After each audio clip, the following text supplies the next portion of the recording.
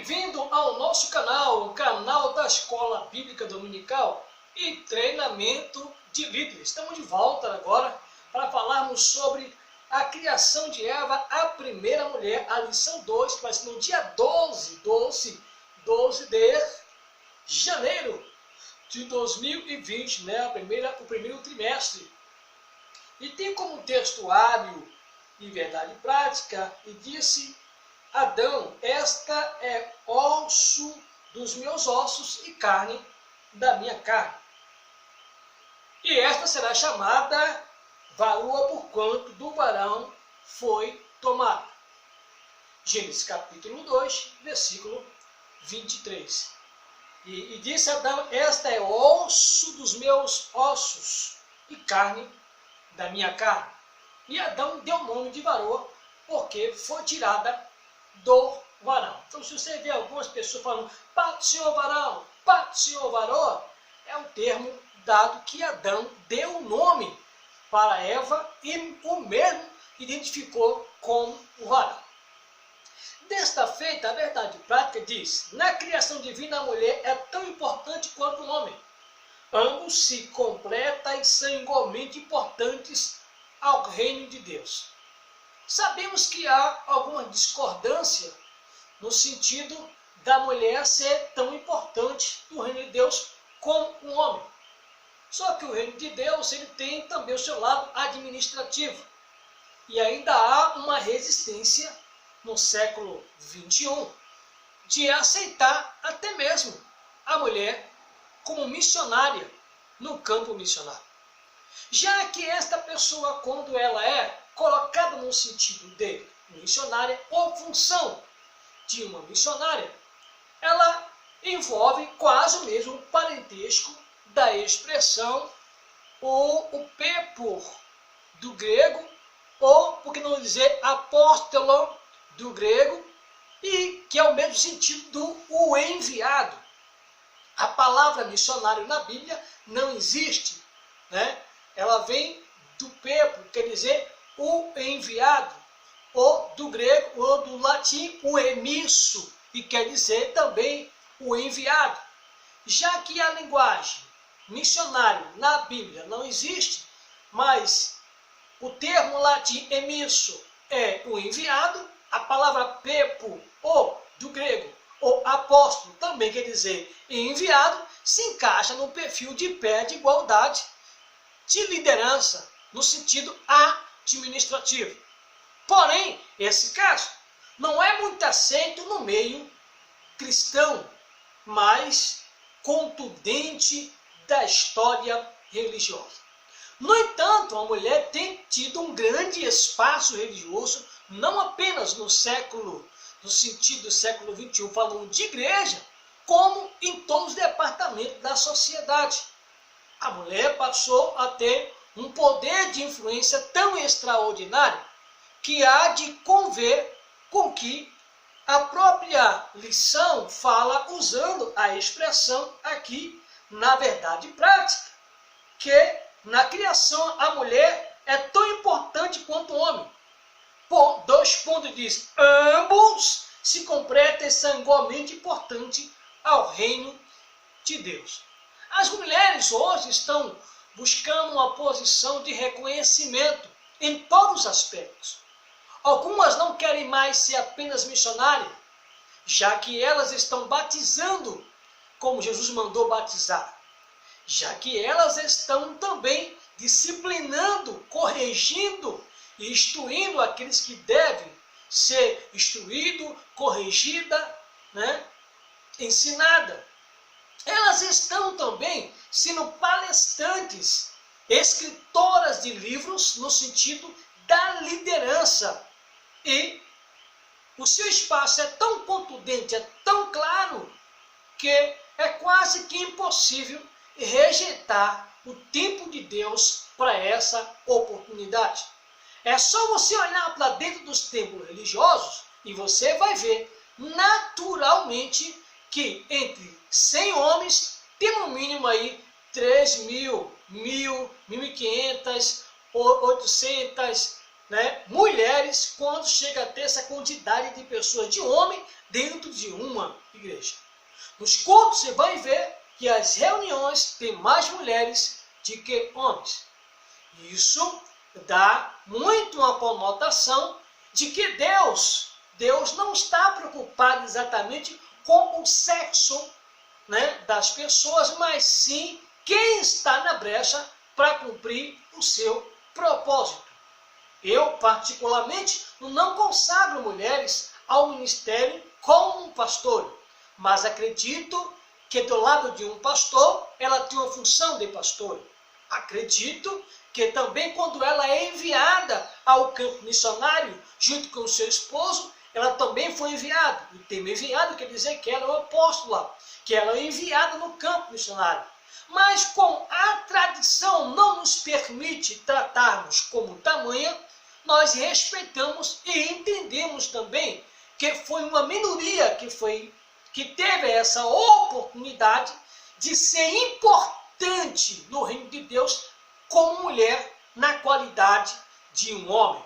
Pois Débora foi juíza, né? Débora foi juíza e foi uma referência de juíza na época que Deus o levantou para ser juíza. Rebeca foi pastora de ovelha. Não quer dizer que ela foi pastora de rebanho, mas as pessoas pegam muito a expressão por ela ser uma pastora, né, e traz para o mundo administrativo e religioso.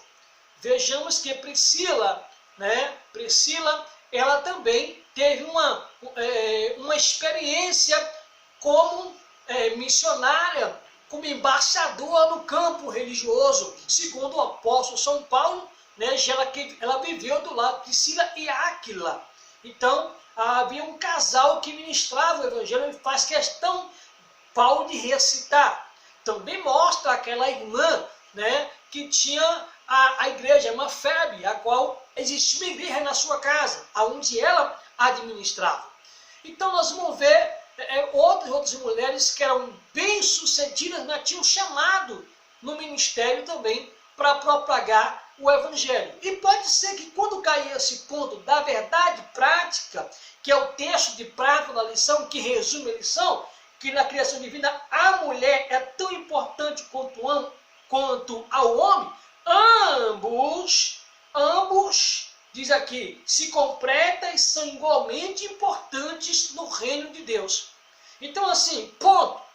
Se elas são importantes no reino de Deus, dá a entender que ainda que eu não consagre a pastora, né, ainda que outros não consagrem a pastora, todavia, isso não impede que você acredite no seu chamado e lá na frente Deus faça as coisas acontecer. Mas eu acredito que o lugar mais importante da mulher não é no grau pastoral, é sempre ser no ponto de apoio.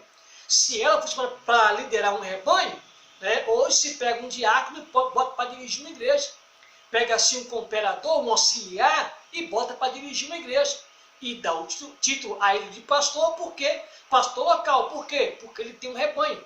Então se você pega uma mulher e coloca para dirigir uma igreja, está na mão dela é um rebanho ou bote? Rebanho, então ela é uma pastora.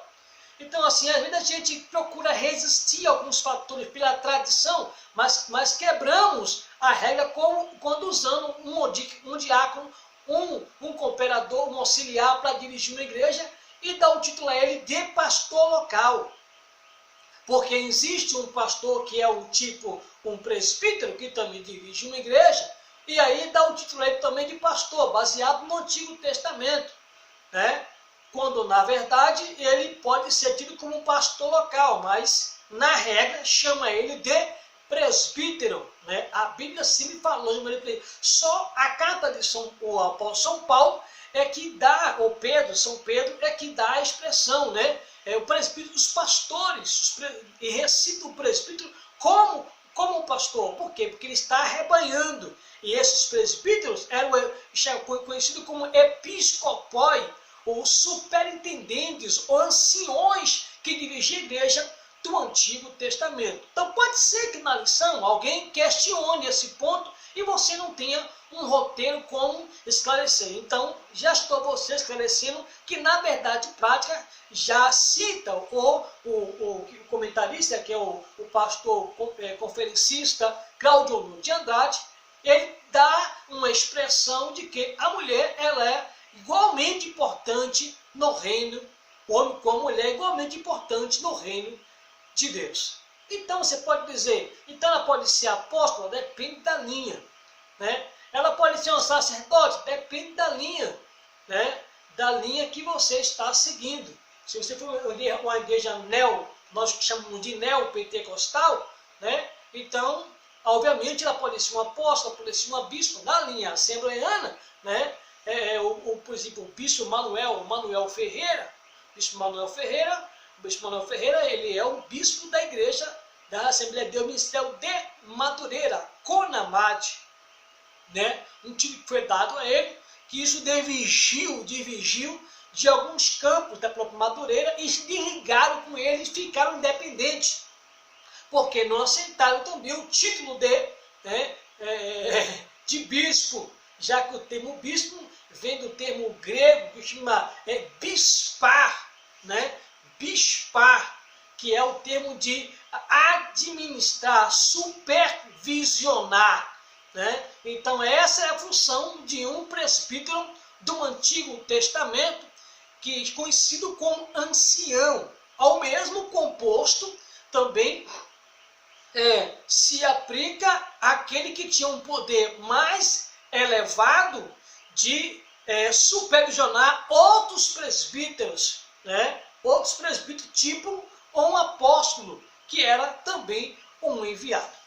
Então, daí tomou a conotação. Então, como o termo bispo, ele vem do termo voltado para presbítero, o episcopoi, aquele que está para administrar, supervisionar, né? Então, assim, quando alguém vai para o lado, vai para o cargo pastoral e volta para ser um bispo, entra em choque, porque diz, como é que o camarada foi bispo? Porque conota para ele como um presbítero, né? Que está para supervisionar uma equipe de pastores, ou uma equipe de presbíteros que está dirigindo uma igreja, ou uma comarca, um campo, um setor. Desta feita, ele passa a ser um evangelista, sai da parte de presbítero ou bispo. Depois vai para a aclamação, ou ele é ordenado ao pastorado, depois de 3 ou 4 anos de prova, ele agora é reconhecido como um pastor, e aí faz agora a profecia fechada do seu ministério. Então, depois de evangelista, ele passa mais 3 etapas para ser um pastor oficial na linha assembleana. Todavia, aí você para e vai dizer, como é que essa pessoa, depois que chegou ao cargo de presbítero, que depois do diaconato, foi evangelista, foi a pastor e volta a ser um bispo? Só que o bispar, tem uma conotação de supervisionar. Então é alguém que está acima de alguém. Ele não está exatamente exercendo a função de um pastor local. Ele está supervisionando a ampliação do trabalho. Por isso é que o termo bispo tomou uma conotação superior ao presbitério, e isso se vai encontrar na história da igreja, mostrando que alguns presbíteros eram bispos, superintendentes maior, acima dos outros presbíteros. Por isso que, por certo, deve ter levado o pastor presidente de Madureira, o bispo Manuel Ferreira,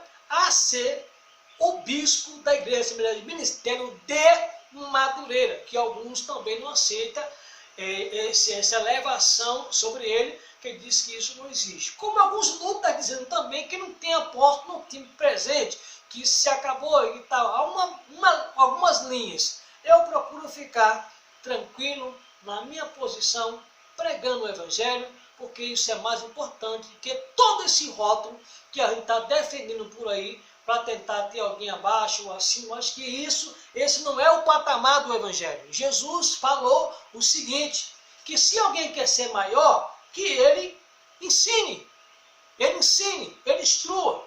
E isso é ser maior.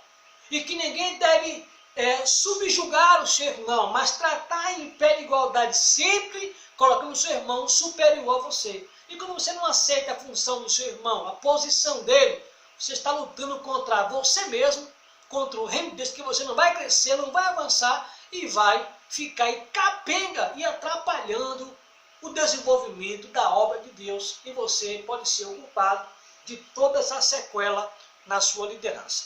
Pois, já que a nossa verdade prática trouxe esses 15 minutos aí de introdução, vamos correr um pouquinho para falarmos sobre o objetivo dessa segunda lição, a criação de Eva, a primeira mulher. Então o objetivo da lição aqui são 3: apresentar a mulher no plano de Deus, descrever a criação da mulher, apontar a missão da mulher. Vamos falar sobre a mulher, apresentar a mulher no plano de Deus. Então, no plano de Deus, fala que a mulher já estava nos planos. Segundo, a decisão de formar a mulher.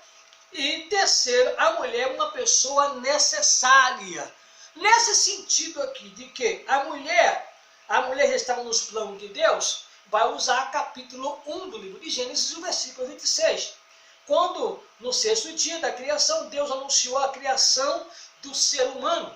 E tinha ele em mente tanto o homem quanto a mulher, se sem esta ou sem aquele, a humanidade seria impossível. Claro que Deus tinha um projeto de criação.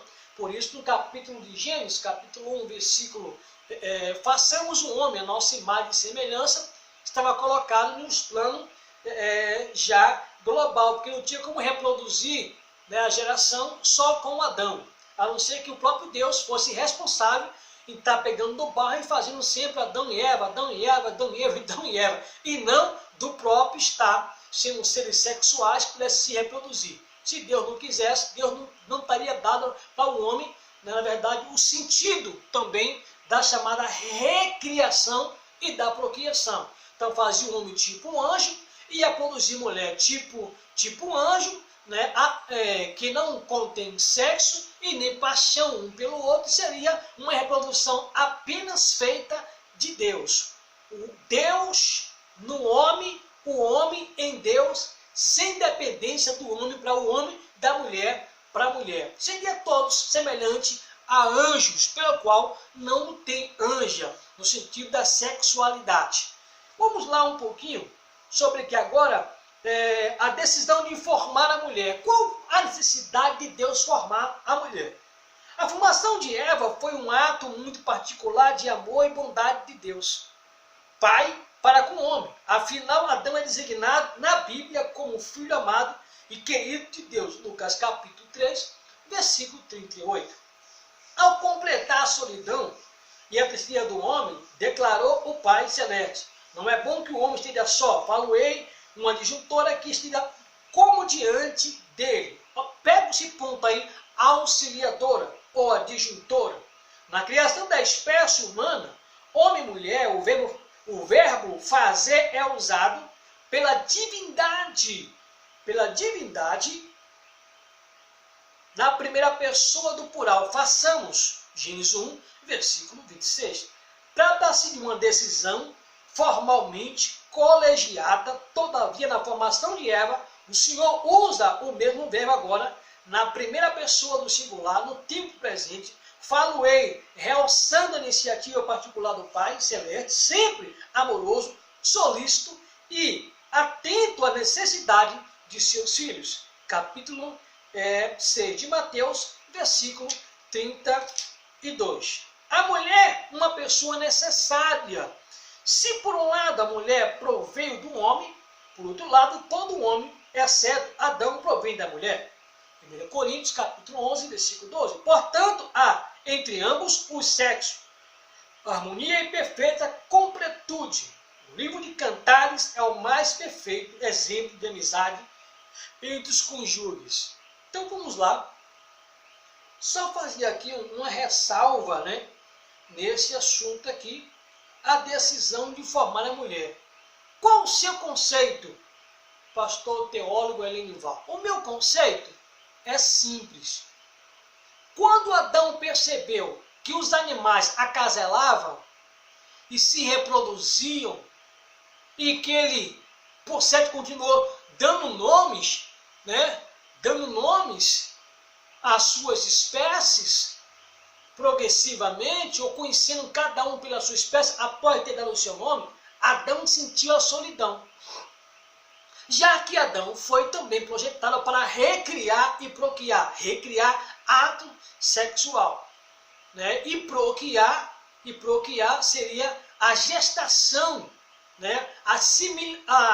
A seminação do homem na mulher, né? É o que Hebreus capítulo 13, versículo 1 e 2, que fala sobre o leite sem mácula, sem ruga, né? E tal, que os impuros Deus os julgará, e o leito, o coite do grego, que é koimai e koimal. Koimai, fazer deitar, relaxar, e koimal, implantar a espermatizode. Então Deus já tinha esse projeto do coite, do koimai e do koimal, de fazer com que os dois tivessem um momento de êxtase da recriação e koimal, da implantação da espermatizode, que seria a recriação, né? A procriação, a geração de filhos. Quando Adão sentiu essa necessidade, logo Adão se preocupou agora com a sua solidão. E na virada do dia, Deus, percebendo que Adão estava triste em meio às suas conversas, Deus percebendo a situação, que não era mais o mesmo, e Deus agora disse: não é bom que você também esteja só. Já percebi onde é que está a sua solidão, a sua tristeza. Então eu vou fazer a você agora uma disjuntora. E deu um sono profundo em Adão, né, uma cirurgia. O primeiro cirurgião do universo foi Deus, deu uma cirurgia em Adão, e após essa cirurgia Deus arrancou uma anestesia em Adão, e fez a primeira cirurgia do mundo, anestesia e cirurgia ao mesmo tempo. E gerou em Adão agora, automaticamente, arrancando da sua costela, tapando o local, e dali Deus, com certeza, mexeu com o barro novamente e fez a Eva, né? Aquela arrancou dele para que ele ficasse ligado a ela e ela ficasse ligado a ele. Então, essa necessidade da convivência. Sendo a partir daí, percebemos que o que Deus fez, Deus já tinha um plano lá atrás, muito antes de Adão sentir, porque Deus foi o criador de Adão. É tipo você ter um computador, né? O homem que fez o computador, ele pensou em tudo. Por isso ele fez acessórios. Deus não precisa de acessórios, porque Deus, ele já projetou sem precisar acessório, porque Deus habita dentro do homem. E Deus faz com que as coisas aconteçam. Quando o homem se volta para Deus, Deus habita dentro do homem, Deus faz a mudança de dentro para fora. Quantos cães que são expelidos só em a pessoa aceitar Jesus? Quantas pessoas que têm enfermidades e são libertas só em levantar a mão e aceitar a Jesus? Quantos que são processos só em ouvir falar de Jesus, são libertas só em falar do nome de Jesus, só em ouvir deste nome chamado Jesus? Então essa realidade, ela é fantástica em todo o tempo dos planos de Deus, através do século, para as nossas vidas. Então, não podemos esquecer disso, que nem o homem e nem a mulher foi feito para viver isoladamente um do outro. Vamos aqui agora, já estamos em 24 minutos, está até um pouquinho, né, adiantado, ganhamos um tempozinho aqui. Uma outra coisa que é importante, o plano de Deus da mulher, é o segundo tópico, que fala sobre a criação da mulher. Então, na criação da mulher, que a lição fala sobre descrever a criação da mulher, aí vem aqui a primeira anestesia, falei sobre isso, a primeira cirurgia, também já falei sobre isso, e a primeira engenharia genética, também já falei sobre isso. Então eu vou só salientar aqui, cá embaixo, a primeira energia genética. Da costela estéril de Adão, o Senhor forma Eva, a primeira mulher, Gênesis 2, versículo 22. Aqui, como em toda a Bíblia, não temos nenhuma narrativa mitológica, trata-se de um relato histórico real e confiável. Observamos que, da costela de Adão, o Criador coleta o material genético ideal do homem para a formação da mulher.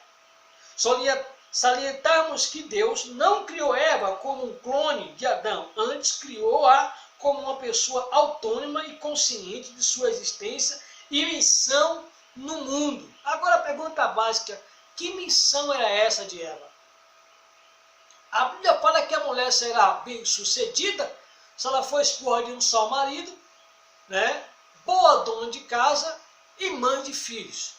Eu costumo dizer que a mulher, no século XXI, ela tomou uma grandeza muito extraordinária, que ela não faz isso, ela trabalha, ela cuida de uma casa, ela ensina, ela é professora, ela é treinadora, né? Ou seja, ela é cientista, ela faz muita coisa no século XXI, além disso. Porém, sofre. A maioria da família que a mulher trabalha que ela cria no filho, tem um transtorno dentro da família, porque o filho fica sem a presença materna da mãe, já que tem que gerar o leite, produzir aquele afeto, aquela educação, aquele princípio, porque cada mulher, independente dela ser mulher e ser mãe, mas aquela que tem um DNA que gerou a sua filha, o seu filho, o DNA tanto da educação dos pais que ela recebeu, na educação secular, no ambiente socialista que ela conviveu, e a ideologia que ela formou do seu ato de convivência, a partir da sua escolha de se tornar uma pessoa adulta, consciente, decidida na sua vida, automaticamente ela formou uma ideia de convivência. Formou no seu cérebro uma convivência. E essa mãe, só ela vai ter como repassar isso para esse filho. Ou seja, os caminhos que ela seguiu, gostaria que fosse menos doloroso para a filha. E vai tentando conduzir o caminho. A outra mãe que vai, por exemplo, uma babá que vai cuidar, talvez ela foi criada com pai, com mãe, né? Ou não foi criada, né? Ou está revoltada com alguma coisa, ou está ferida com a convivência. E essa má convivência dela, ela pode atrair um certo desprezo na criação de um filho que não é dela. Quantas são as pessoas que têm ódio de ver a prosperidade da patroa? Quantas são as empregadas que têm ódio do filho da patroa porque a criança chora, ela tem que arrumar a casa, ela tem que fazer comida, ela tem que passar roupa, ela tem que lavar roupa, né? Ela tem que limpar os utensílios da casa no todo e tem que cuidar da criança, levar para o colégio e voltar. Ou seja, ela se assujeita a um trabalho que ela não está disposta a fazer da forma correta, e muitas vezes você vê na televisão hoje, nas mídias televisivas, nas reportagens, né, de dupla personalidade, de extração da formalidade, e impõe às pessoas esse conteúdo aí, mostrando a realidade do que é muitas vezes entregar para uma babá cuidar dos filhos alheios. Então a consequência é a falta muitas vezes de uma boa convivência, de uma gravidez não projetada, de uma convivência esporádica num colégio, esporádica num trabalho, esporádica pelos bares da vida, esporádicas nos encontros com fraterno de família, de amigos, e de repente aquele encontro, aquele ficar, gerou uma gravidez, e às vezes a gravidez trouxe um transtorno. O pai que descobriu, o pai da moça que está grávida não aceita, o pai do moço agora coage o rapaz a trabalhar uma idade que ele não tem da condição de dar conta da família, e o aperto de mente vai, e isso afeta a criança na gravidez, porque ela assimila 5.000 palavras de 0 a 5 anos de idade. Com 8 anos já tem escolhas e decisões palpáveis e visível diante de todos. Com 9 anos, já aquela fase de pré-adolescente já bem difícil, né? Bem difícil de adaptação. 11, 12 já começa a complicar, 13, 14 pior ainda, e aí vai a situação. E a má formalidade no ventre também já é um efeito colateral na convivência. Então, eu acredito que é importante a mulher trabalhar, né? Mas quando ela, seria bom que a convivência fosse melhor. Né? Eu conheço história de pessoas que foi trabalhar porque houve um romper de um relacionamento, ou foi ameaçado, pessoas estavam sendo coagidas na sua casa e precisou muitas vezes encarar a vida. Né? Mas já tem outros que na verdade empurrou o pé pela barriga, né? O pé pela barriga, e aí criou uma situação na sua vida e pagou a consequência da teimosia, veio a gestação e tentou achando que tudo ia dar certo, na vida quebrou a cara. Mas não importa a circunstância, o que importa é que essa mãe tem que ter um controle de natalidade. Né? O governo hoje dá preservativo, né? Não está nem aí. E que você vai ter uma vida conjugal íntima, vai dar você um preservativo. E isso é o que o governo faz. Estou preservando que a doença não passe de outros para outros. É o ato da saúde, a prevenção. O sexo, que tem que educar são os seus pais. E até então, eu aceito a atitude do Estado. Que tem que educar sexualmente seu filho ou sua filha são os pais. Ou uma instituição que você está convivendo, tipo a igreja fala da sexualidade, ensina em que tempo, em que oportunidade, como, por quê, né, em que época é oportuna nessa vida sexual, que é após o casamento, e moldura o caráter para que no casamento não tenha distúrbio. E quando for fazer a geração de filhos, não seja uma vida conturbada, onde Deus habite na convivência, não seja essa situação que muitos pais e mães sofrem quando gera uma gestação.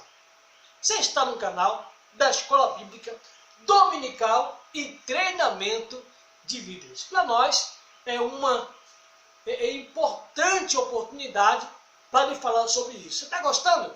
Então, não esquece também que nós estamos aqui, precisamos que você aí assine o nosso canal, ative o sininho para receber as notificações, tudo que a gente faz aqui para o crescimento do reino de Deus. Né? Mas o canal precisa da sua ajuda. Apoie a gente aí. Tá? Para fecharmos, vamos aqui para a missão, né? A missão da mulher. E aí é o terceiro tópico da lição. Né? A missão da mulher, nós temos aqui no nosso índice de objetivo, que é apontar a missão da mulher. Então a missão vem a missão da esposa, segunda a missão de mãe, terceira a missão como súdita do reino de Deus.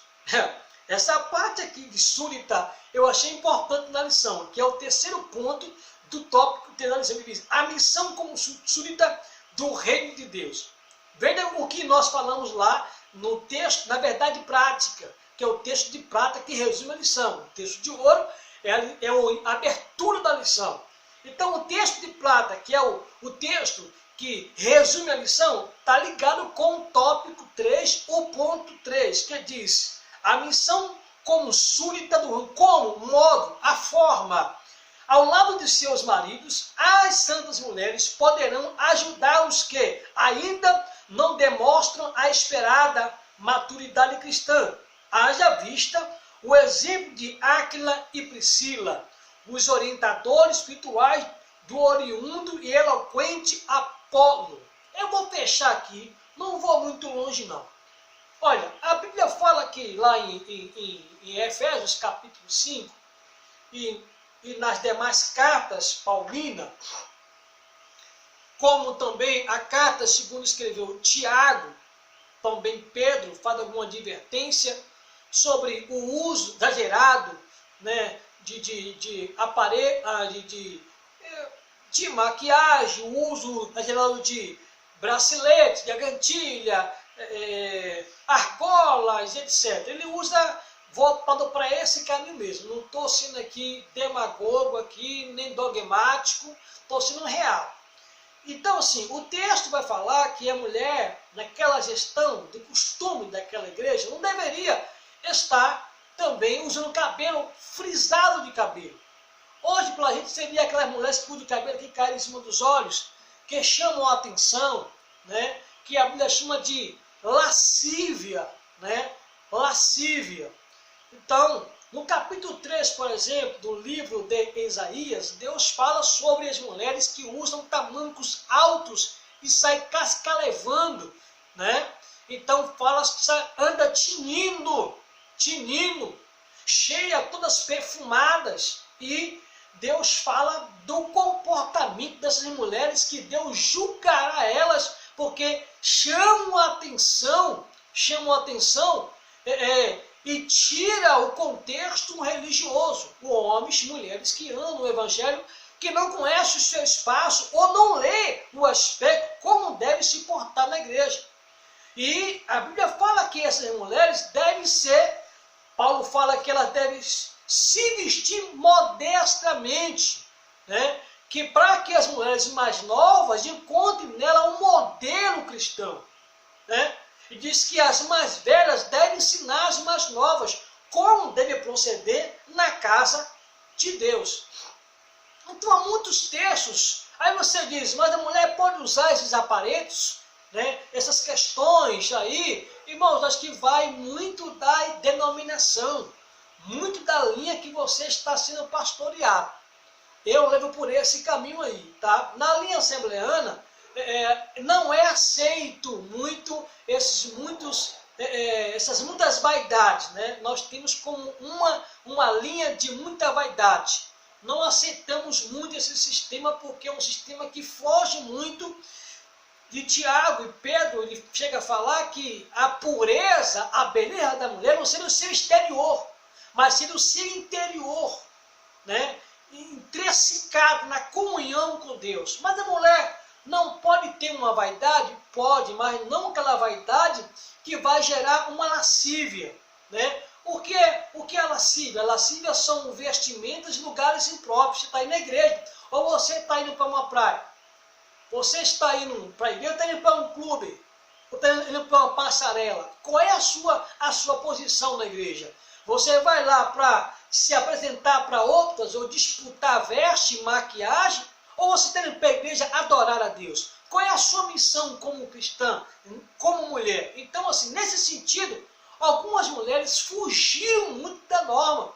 Ela se veste muito bonita, vai para uma festa religiosa, para um culto religioso, mas não ganha alma, não liberta vidas. A sua missão, lá da verdade prática, que Deus pede igualdade, importante para o reino, a mulheres do século XXI, a maioria delas fugiram desse contexto. Elas se vestem muito bonitas, mas faltou a vestimenta espiritual.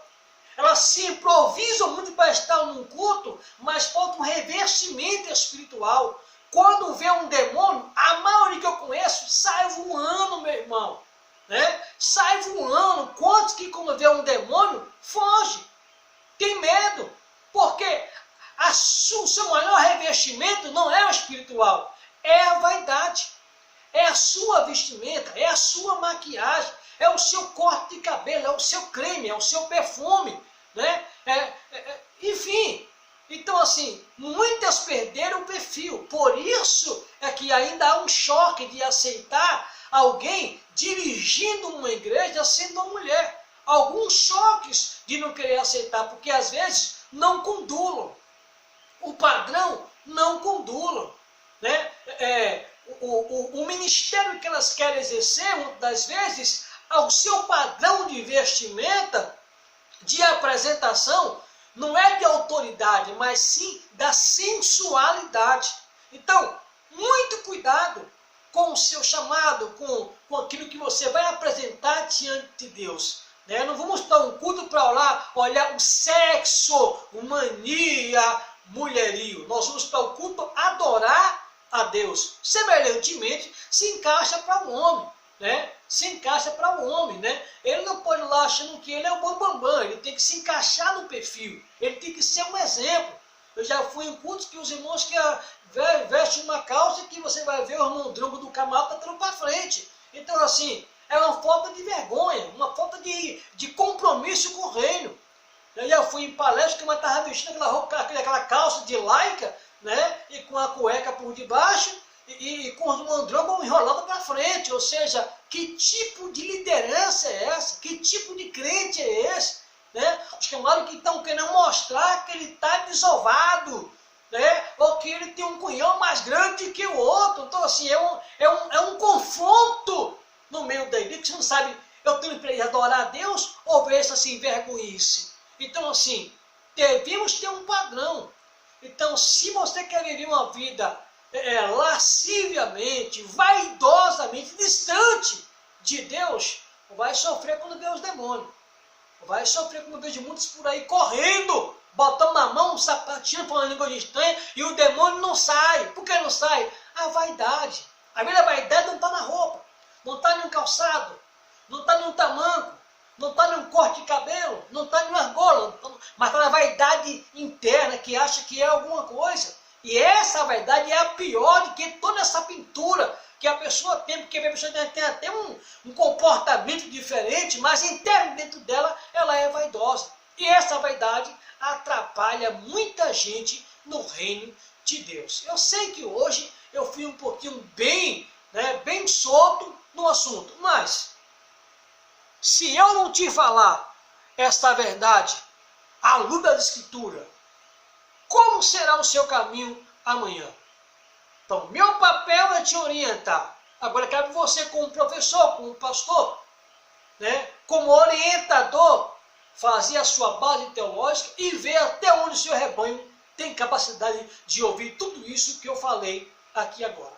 Se eles não têm capacidade, vai aos poucos e Deus vai drenar um rebanho responsável e respaldado no reino de Deus, que não vai criar um volume, mas gerar resultado na sua vida, na liderança, no corpo da igreja. Diz a Bíblia em Atos capítulo 4, que a igreja crescia, a comunidade crescia na oração, no partir do pão e na doutrina dos apóstolos. Essa igreja que Cristo está chamando para o século 21. Não aquela igreja que se fantasia e diz que está indo para a igreja e que Deus está nas suas vidas. Deus está onde qualquer pessoa possa estar, porque Deus, ele é o dono do mundo e tudo Deus está vendo. Mas a questão é, quando os demônios se manifestar, o que você vai fazer? Porque eu estou cansado de ver gente correndo de demônio dentro da igreja. Inclusive alguns altares, nem os homens conseguem expulsar demônio. Ficar com medo. Né? Com medo, perdeu a autoridade. Às vezes vai encontrar lá uma mulher cheia da graça, lá num cantinho humilde, que o demônio já sai. Ou estão todos fantasiados e o cão não sai. Então, muito cuidado com esse formalismo aonde Deus não está. Então, eu espero que eu possa ter sido bem claro nesta lição, falando para você exatamente desse terceiro ponto, né, do tópico 3, a missão como súdita do reino de Deus, né, que é a mulher, a missão da mulher. Se a mulher ela for um modelo, Deus vai usar ela. E a Bíblia qualifica essas mulheres como modelo de uma diaconisa. Mulher que auxilia na Santa Ceia, mulher que ornamenta a igreja, mulher que abre uma igreja, uma mulher que trata do altar da igreja, né? Que enfim, espiar um pouquinho aqui, que enfim elas são modelos para as demais que hão de chegar. Mas esse modelo no século XXI ainda está difícil de acontecer, porque há muitas lutas pela frente e Satanás não está brincando de ser Satanás. Está sempre tentando aí arrancar essa direção e essa preocupação das mulheres ser um canal de Deus para a humanidade. Todavia, nem a mulher nem o homem está acima de nada. A Bíblia diz que a igreja, ela é tabernáculo, ela é morada, né? Ela é porta-voz da verdade de Deus. É a igreja, sem sexo, é a igreja. Deus pode usar de uma criança ao mais ancião de uma igreja. Mas se Deus lhe entregou um compromisso como mulher no reino de Deus, abraça, cumpre, vai pagar o preço, vai orar, vai consagrar, vai estudar, se preencha de Deus, para que amanhã você não esteja brigando entre quatro paredes, se perguntando aonde que foi o meu chamado, o que eu fiz com o meu chamado, por que Deus me chamou, né? Porque alguns estão tentando encontrar qual é a sua posição na casa de Deus. Deus abençoe, hoje e sempre. Você está no canal da Escola Bíblica Dominical e Treinamento de Líderes. Seja bem-vindo, ativa aí o nosso sininho, se inscreve no canal, nos ajuda a propagar essa mensagem para outros. Domingo, uma grande aula te espera na sua turma. Profetiza lá, porque Deus vai fazer mudança na sua administração. Deus abençoe a sua vida.